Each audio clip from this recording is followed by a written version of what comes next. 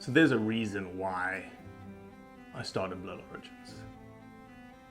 And that reason is simple. Is that I wanted to convey the truth about hunting.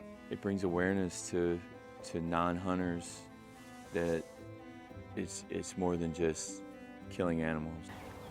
How do I start it? Brittany. My name. Does my hair look okay? It's fantastic. My name is Mike Axelrod. Start again. Yeah, I hated it too.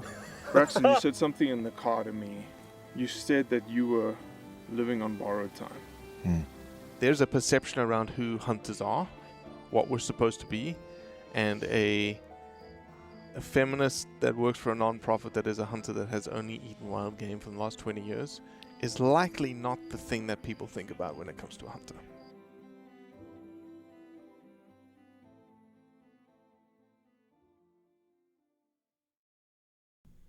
We get some pretty eclectic guests on this podcast. And we got some pretty good hunters on this podcast too. J. Alan Smith, I like to call him Alain because he is actually French, is a past Weatherby Award winner. If you don't know what the Weatherby is, it's an award for the amount of species killed essentially around the world. And Alan is a past Weatherby Award winner. And so I wanted to have him on because I wanted to ask him some questions about hunting adventures.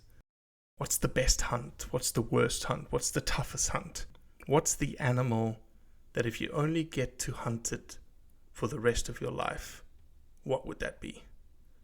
It's an amazing 30 minutes, and I know you're going to enjoy it. Normally you have, like the last time I saw you had this like big bushy mane. Yeah, it got a little old, and having to maintain that thing all the time. And as most people's comments revolve around the fact that I obviously don't spend much time on it, and it's kind of a mop. So I figured I'm going low maintenance. This is the shortest I've had it since I think I was like 12. Really? Yeah, but feels good. It's. But you've been posting some very old school pictures lately of you with this beautiful brown mane of hair. Yeah, it's always been long. It was brown pretty much until I was like 30, 31, and then it started filling in on the sides, started getting more and more silver. And I think by 40, I was pretty much white. Silver and distinguished, right? Yes, that's the way I like to think of it, yes. Well, you do look distinguished. Are you wearing like a pipe, a smoker's robe right now? This is a shirt thing that I've got. It's you'll notice you would appreciate the tartan. This is the Black Watch tartan. My grandfather was a piper in the Black Watch in Scotland in World War I and that. So it's kind of a tradition around here. I like it. And behind you is monster mule deer. What kind of caribou is that? That's the Arctic Islands one. That's a tremendous one. They're just a little tiny one. And I think at one time he was like in the top 3 or 4 or something like that. He's a dandy. All right, let me ask this, since you just brought it up. Is score everything to you? No, it really means nothing, in all honesty. I was more concerned, and I guess am, about the, going and getting new things and new adventures. And, let's be honest, I was heavy into the species, trying to chase as many species as possible. It's no secret. But partly, obviously you want to get the biggest one you can get, but am I going to walk away from a nice mature animal on, day 8 of a 10-day hunt because I'm going to hold out till the last day and maybe not get something? No, it just isn't in my DNA. But on the other side of the coin, I have been very lucky in that I have gotten some tremendous trophies through the years, by luck. I've never been a guy who said, when I go on a hunt, well, I want to go, but I got to have a top 10 or I got to have a, if it's not number 1, I'm going to be mad, kind of a thing. Cause that's not the whole purpose, going. That's, it's not the let's introduce you to the audience, and you have corrected me via email, not face to face, in which I was, again, trying to be respectful of my elders and pronounce your name the right way, Alain Smith, and you're like, no, dude, look, it's Alan. Just call me Alan. So, J. Alan Smith, please introduce yourself the proper way. Thank you so much for having me on here. This is a real honor to get to spend some time with you. I've been listening to your other ones, and you've had some great folks on here, and learned a lot about the people that have been on here. So this is pretty special for me to get to share this. But little history on the name, though. That Alain is the French version, and my mom is French, so I got it from her, and that was my grandfather's name on that side. So the French would say Alain, but I like that. Next time I see you, I'm going to say Alain, Alain. Comment ça va, monsieur? Yeah. I have the same problem, right? Kroger being my last name. But it's got an umlaut on the O, so it's Kroger. Kroger. So exactly, very, very German. Yeah. And do people ever ask you if you own a grocery store or anything, the Kroger grocery chain? So it's interesting. In South Africa, you've hunted South Africa a lot. Kruger is a very common last name in South Africa. So I always had to correct people there. Oh, you're Robert Kruger. No. It's Kruger with an O, Kroger. And here, people don't understand my accent. So like, how do you spell your last name? I said, just like the supermarket, Kroger. Yeah, if only you were an heir to that. I'll give you a funny story about that. You'll enjoy this. So when I was a poor PhD student, I had to fly back to Australia to see the family. And I was like, what kind of Christmas presents am I taking home? I went to the Kroger grocery store and I bought all sorts of Kroger branded stuff. Bricks of coffee, sweets, all sorts of stuff.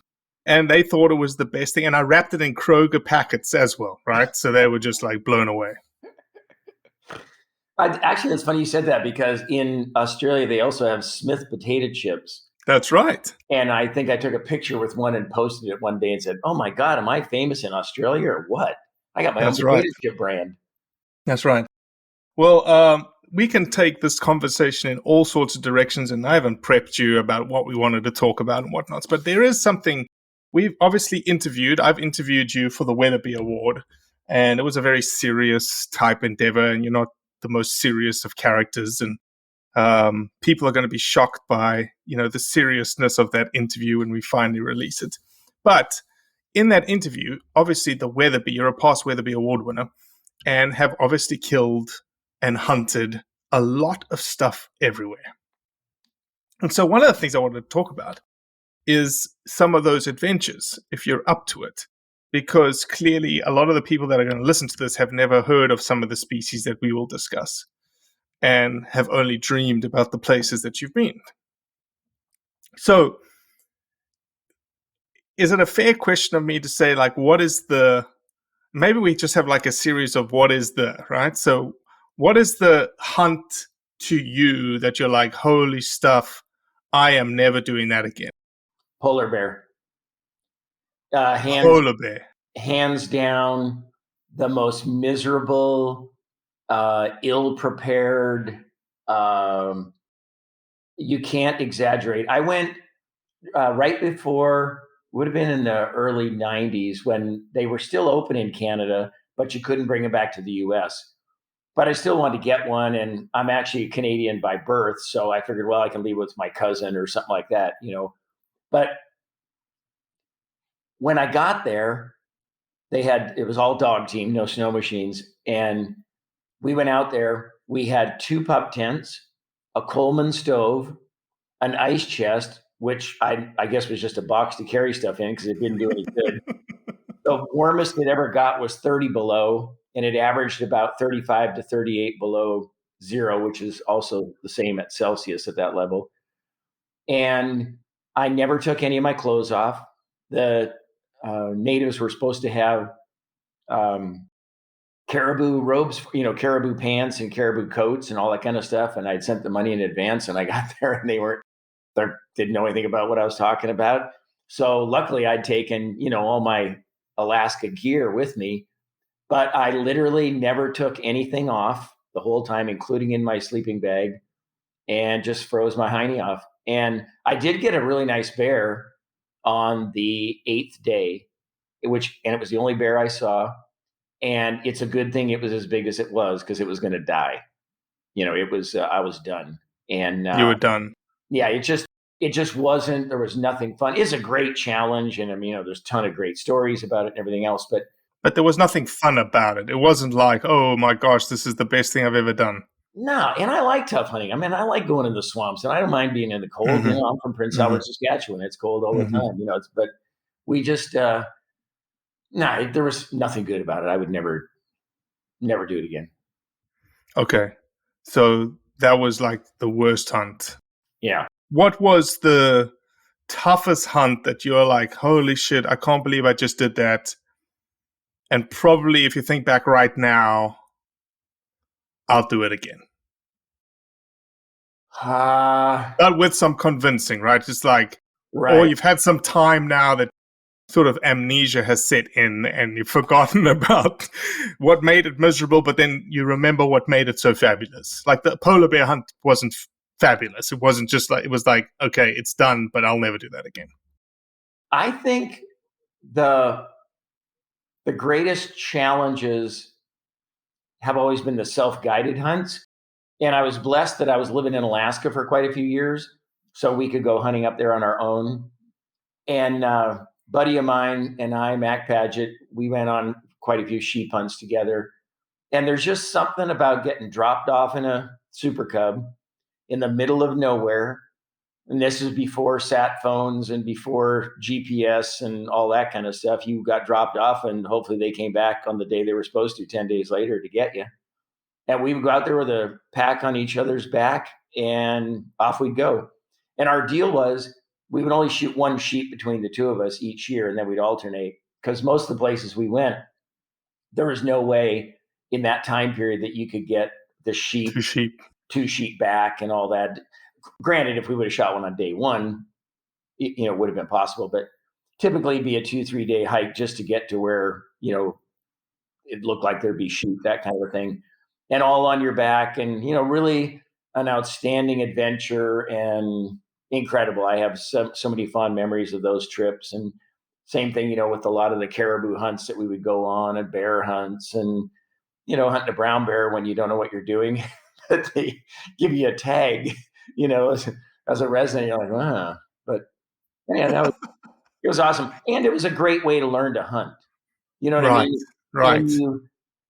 And I was early 30s, that bracket. And, I've been doing some hunting, but nothing like that, and nowhere near that kind of adventure. And you learn a lot of lessons about what to pack, what not to pack. There was a lot of gear left where the plane dropped us off after day 2, I can tell you, all the extra goodies you were packing around, that all of a sudden, 8 hours later, I probably don't need that wrench that I've got with me, or, that 6-pack of Pabst Blue Ribbon is going to have to wait at the landing strip, that kind of thing. So. Yeah, it's amazing. Those, obviously I've never done anything remotely close to that. I see people now, obviously it's sheep season up north right now, and people are going in 10 days, and I'm like, man, could I do it? Like, is this something I could see the adventure? But as you just said, it took you 2 days to hike to the place, or 3 days to hike to the place where there was even sheep. The biggest thing about that also is, and it really helped later on in hunting, the perseverance and the mental attitude that you develop by doing sheep hunting or any of the mountain hunting. If you're in decent shape, I think the game becomes mental after that, because you hurt. There is no way to get in good sheep shape in the city unless you're climbing mountains, or you live out there, or you live in Colorado at 10,000 feet and you work on a farm all day or something, maybe. But for the average guy, there's no way.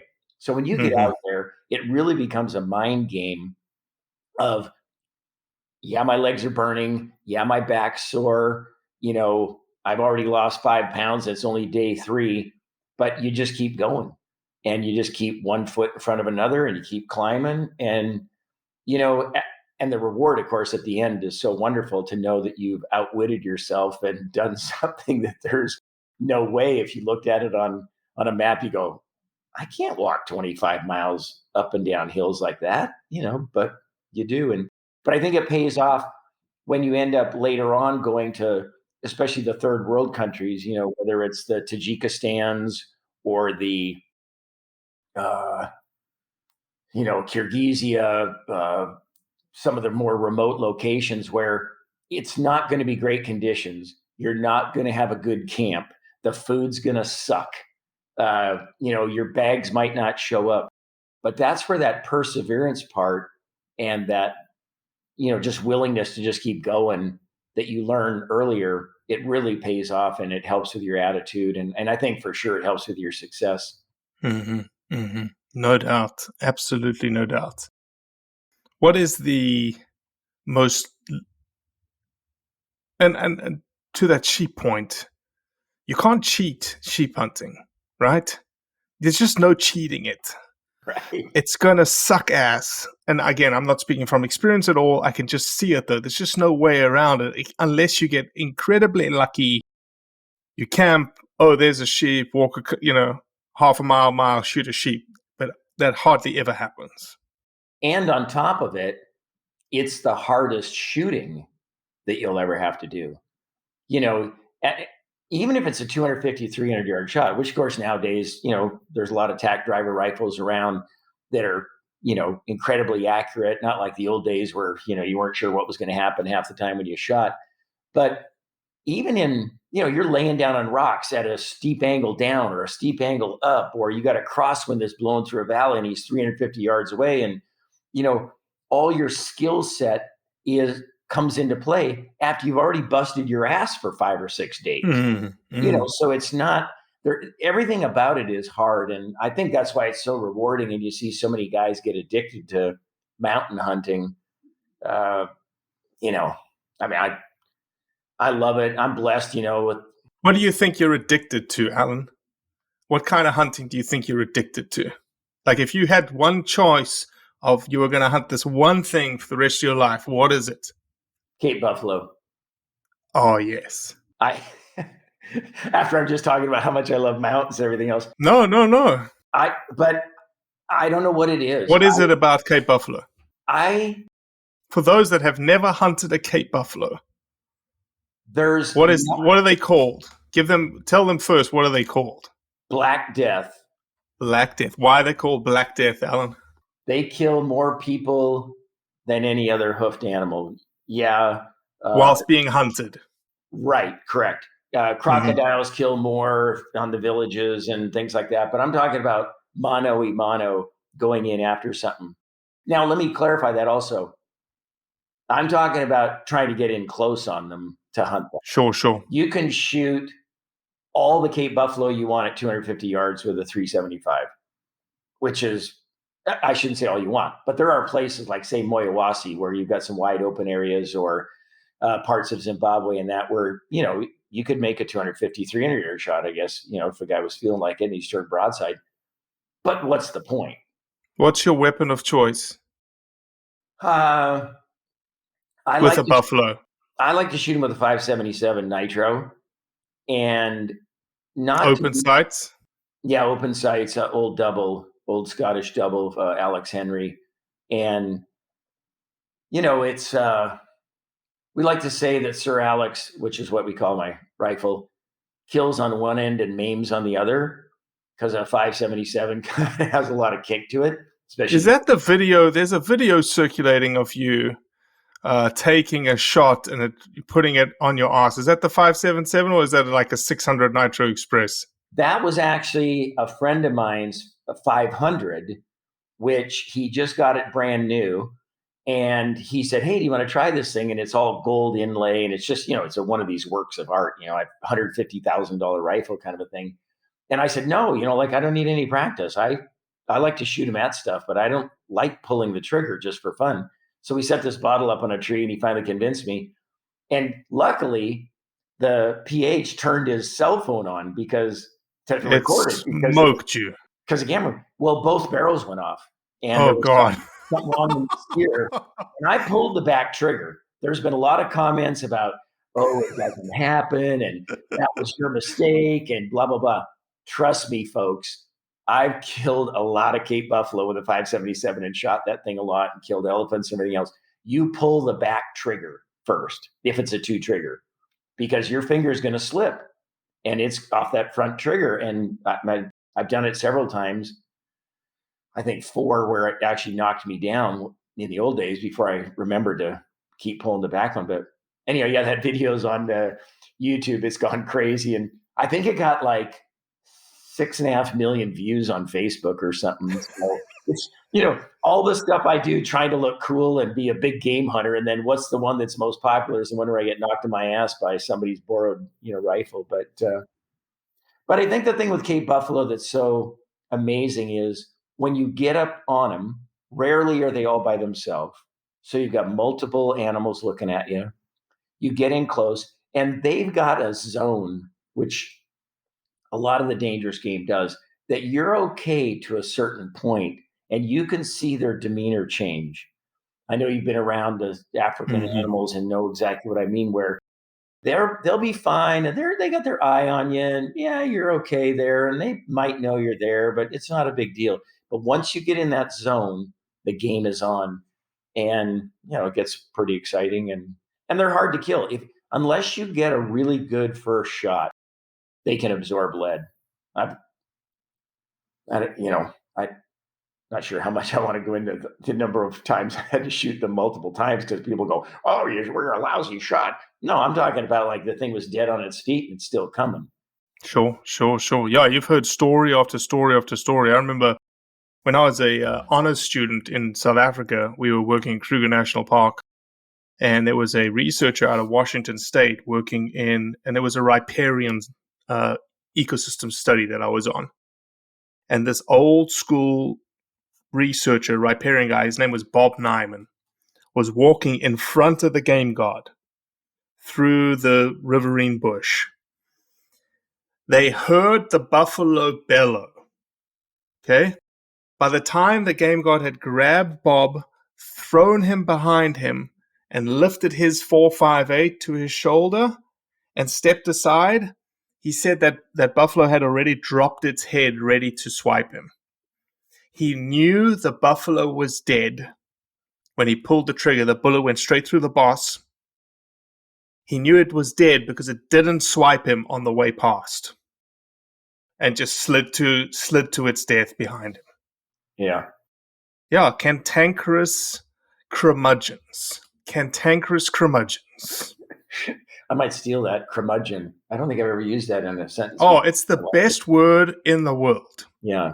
You're not quite there yet. In about 20 years, when I see you, you're going to be the worst curmudgeon in the world. That's right.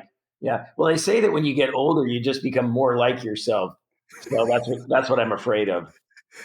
So yeah, feel free next time you're on a rugged expedition in the field, we're going after this cantankerous curmudgeon. Thank you, Kroger. Yeah. When you see me look back and nod, you'll know that's for you. No, I love it. All right, tell me, what is probably the craziest destination that you've ever hunted, like logistically to get to? Couple. The Central African Republic, right before it closed down, getting into the center of it, it was a charter. Then they have a revolution while you're there. The UN takes over the charters. There's only 5 planes there anyhow. They take them all and nobody comes to get you. And you have to call the... What were you hunting? We were hunting bongo and buffalo and the jungle species on this trip. Yeah. Rudy Lubin, the great PH that was down there for years, he had an area that you could hunt Lord Derby at a certain time of year, and all those call them the Plains game.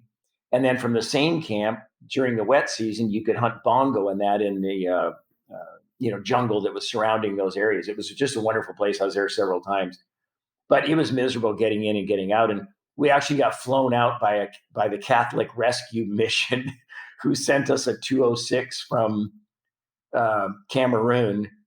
And they just hauled us to Cameroon with no paperwork, no nothing. And that's how we got out and, started, introducing the little general that was there in Cameroon to meet us to my friend Ben Franklin, and luckily he knew who Ben was, so everything worked out good, and we got out. We flew out of Cameroon instead of Bangui, so it was a pretty good adventure. But I think uh, the craziest though is when you go to northern Pakistan and go on those, say, the Markhor hunts or those ibex hunts, where you leave Islamabad and you basically have a lead car that's not army or police, depending on the area you're going through, and a follow car behind you. And you're in there and you feel like some diplomat or something or some bigwig because and they're all, machine guns, full blown. One guy's got a 50 cal in front of you, looks like something out of the Taliban. And I'm not knocking the Pakistanis because I love Pakistan, great place. But it's a little hard to get used to the first time you do it, where how come we have to have all these guys around? I thought we were just going up to shoot some sheep and stuff, Right. And I think it's probably a little bit of overkill because, I've never had any trouble there. I've been there, I don't know, 8 or 9 times, probably maybe more than that. And great place, got great friends there. Love to go back again. I don't have an Astor Markhor, so hopefully one of these days, if I can rob a bank or something, I can go back and do it. Yeah. Now's the time to go get them, man. I hear the permits are going cheaper now. Yeah, but when it comes to Markhor, cheap is a relative term, let's just say. Very true. Very true. It's a crazy place to go, and all the different people and the different tribes that are there that you pass through, and each region is different, and it's a great place, but it's pretty hard to get used to. Everybody's carrying an AK, and but I would highly recommend it to anybody who's looking for an adventure. It's a super place, and there's some pretty good deals. The ibex are reasonable to go there and hunt. Okay, craziest. No. I'll keep that one. Have you got like a nemesis animal that you went after? Like it took you multiple times just to get it? Brown bear. And you're talking in Alaska? And you're talking to a guy who lived and worked in Kodiak, and I kept an apartment in Kodiak for years. I was I was thinking you're going to say a zebra duiker, any of these crazy species. You say a brown bear? I think I went on, a ton of self-guided ones, which, you deserve what you get because you don't know what you're doing. But trying to get a good brown bear, I've hunted them probably 20 times, and I've never to this day killed a decent one. I've What's shot a decent one? 10-footer? 9.5, 10-footer, one of those monster ones that you see at the conventions that you go, God, I'd like to have a bear like that. I've shot, my share, but never that big, and I've just never seen one out there. And so, it's just one of those things. It's like you say, a nemesis thing. And, a lot of the dikers, I don't know how many times I've hunted for, all the various ones. I've been lucky on all of them except a zebra diker, and I don't have a black diker either. But there again, that's not zebra diker yet. No zebra diker in your repertoire. No, I was the first one in there when they opened back up. Tom Hammond and I, and he was in. He didn't get one. I went in right behind him, and yeah. But how the hell can Tom Hammond? The dude's like a giant. How do you sit him in a tent and make him be still for 8 hours a day? Come on, let's be serious here. Yeah. Well, unfortunately for Tom too, he got really sick while he was there, and he had to get the hell out of there. But there again, that's another one of those hunts that I'm not so sure I really need a zebra diker that bad to go back in that jungle, hunt at night, in the rain, following a guy that's got a little flashlight, and you have 1 nanosecond when he sees eyes to shoot, and you don't even know what it is. It's tough, hunting. They are getting more of them now. I think they've got it figured out. I think the success rates, back up to about 50% or something now, but I don't think anybody got one the first 8 or 9 of us that went. We got other stuff, water chevertane and things like that, but it's a tough hunt. And just not a pleasant hunt either. Let's face it, it's a Chihuahua with horns. True. we're not talking about, facing down a brown bear or a Cape buffalo. So, Mm-hmm. and you only got so much time. So, Yeah. So, what I'm hearing you say is, you've been there, done that. Nowadays, it's all about the good stuff that you really like, right? The stuff that you can face up and go, okay, mano y mano. and sheep, I still put in for all the permits and still enjoy sheep hunting. But yeah, I want to do. Is there a sheep that you haven't taken that you really want to take? Not. There's one in Russia. I don't have the Kolyma, and Whoa. Stop for a second. You're saying you don't have the Kolyma, but Jim Shockey has the Kolyma? oh my God, we had to go there. Yes, but I do have some that he doesn't have. So yeah, we'll throw that one out. I'm not sure Jim's got. I know you have a love-hate relationship with Jim Shockey. Oh no, we're actually good mates. No, I know. I was just speaking with him the other day. We're going to be doing the SCI awards again this year. Fantastic. So we're already plotting our strategy, and then what we do is we make this really big game plan, and it's very organized, and then it falls apart, and it's just 90% of it's ad lib, and I got pages of notes and things that we're supposed to do, and I give Jim his script, and all of a sudden it turns into, Alain, Jim going at it. But yeah, no, it's really fun. So I'm looking forward to it. But yeah, no, I don't have that one. And let's see. Well, there's some that aren't open that I don't have. I got into Iran and got a couple of them there. I got 3 in there. There's 2 in there I still don't have either. But being now it's closed, I'll never sure. My sheep. Although I wouldn't mind going back to Russia and doing that sheep, maybe once things open back up again. So, is there? Maybe you've covered this already. I know we've talked about the Astor Markhor, and we just talked about the sheep. Is there an animal specifically that you're like, that's what I'm going, if I got an opportunity, that's what I'm going after? As of right now, I have a permit to shoot a free-range aoudad in Morocco. And I can't wait. I don't know what it is. I didn't get the chance to go to Chad when they were open there. And, the guys that were hunting in Sudan, it was pretty Aren't they shooting aoudad in Sudan right now? They're trying. They're real small, okay, if they get one. And it's been very difficult.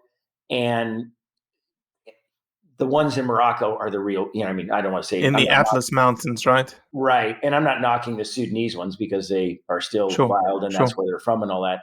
But to go in there, I was in there about 7 years ago and hiked into the park and came up from the other side and saw them in there. And there's some tremendous trophies in there. And I don't know what it is, the Atlas Mountains. It goes back to reading those old books, that Elgin Gates and were putting out, and those adventures that they went on in there. And I'm so excited about getting to go and do that. It's just going to be a great trip. Well, if you need someone to carry your bags, or since you're a silverback now, you need somebody to like put the backpack on them. I'm happy to do that for you. Well, plus those rough conditions in Marrakesh at the Palace Hotel, that's going to be pretty tough to put up with too. So look, I have to. I'll sacrifice for the good. I'm happy to sacrifice for the good, but no, on a legitimate note. It's almost like it's the home of the species, right? You've got aoudad here in America, all that kind of stuff. It's the home of the species. It's a mountain range that nobody gets to hunt very often, if at all.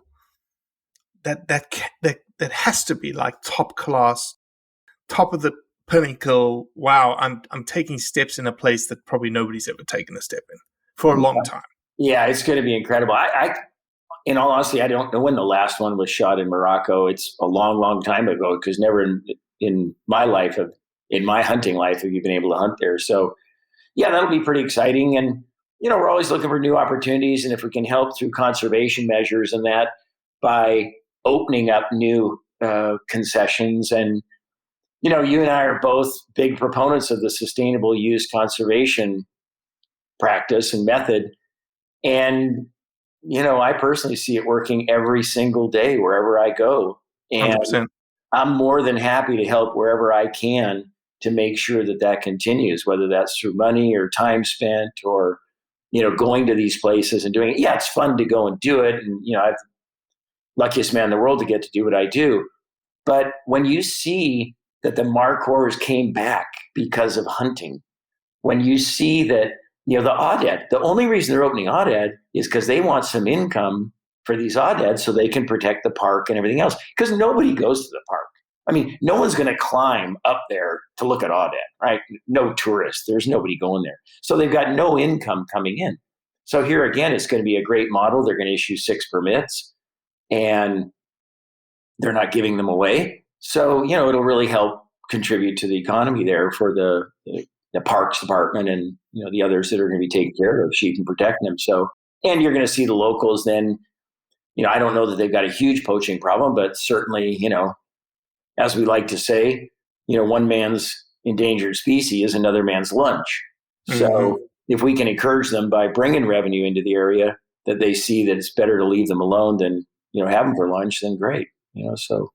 No, I was joking, but I wasn't, because I think that would be a phenomenal Blood Origins piece. Like just the story behind it, them opening, talking to the locals, sitting them down. What does it mean to you? It was, endangered species versus lunch kind of deal. What you just said would be fascinating. And I think it would just be phenomenal cinematography. Yeah, no, it should be great. And it's such a beautiful country. I went there. They have a wild boar that's there called a Barbary wild boar. And it is, I thought it was just another one of these, hair splitting species type of things, but it's pretty legit. It's a weird long-nosed boar. It's not a warthog. It's more like the European wild boar, but it's, definitely got a bit of a different body structure to it. And there's a ton of them because nobody kills them to eat them, being a Muslim country, sure. Pig and all that. But that was a blast. Great bird hunting. Well, Alan, I thoroughly enjoyed picking your brain. It was obviously a very different podcast, and I wanted it to be different because I don't get to speak with many people that have the hunting experience. We could have, talked about conservation and all the rest of it, but I think just you being you and the humorous side of what you do, and obviously the adventures that you have been on for, I don't know how old you are, so I don't want to say 60 years or 70 years, Yeah. Well, it couldn't be 70 years because I would have to start before I was born, but yeah. But, and one other thing about that is what's been really fun has been that the last, whatever it's been, 10 years, that once I got done with the species chasing, then we could start having fun with filming and, enjoying that part of it. And I got to say, it's been so much fun getting to spend time and thinking about scripts and thinking about skits and, doing a funny music video, if that fit in or what. It's been the most enjoyable artistic release that you could have. And, I've been blessed with having a great crew around me and everything else. And they, real pros like my cameraman, Jeff Barker, and Jason Murillo and Heidi Adams, and them, they've done such a great job with it. But it's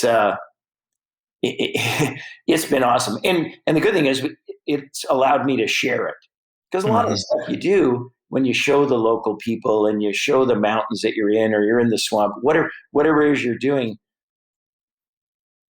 hopefully people learn something from it, or they see something they've never seen before, or they, see somebody doing something they're thinking, shouldn't that guy be a little more serious when he's that close to Cape Buffalo?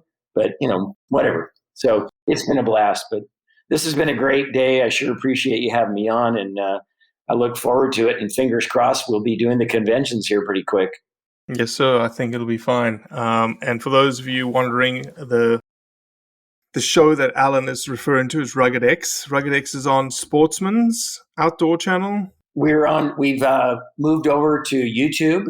Okay, perfect. And to Amazon Prime. You can get us on both those. And if you go to either one of them and just put J. Allen Smith in there, they come up, and there's 100 and something shows in there with all kinds of different.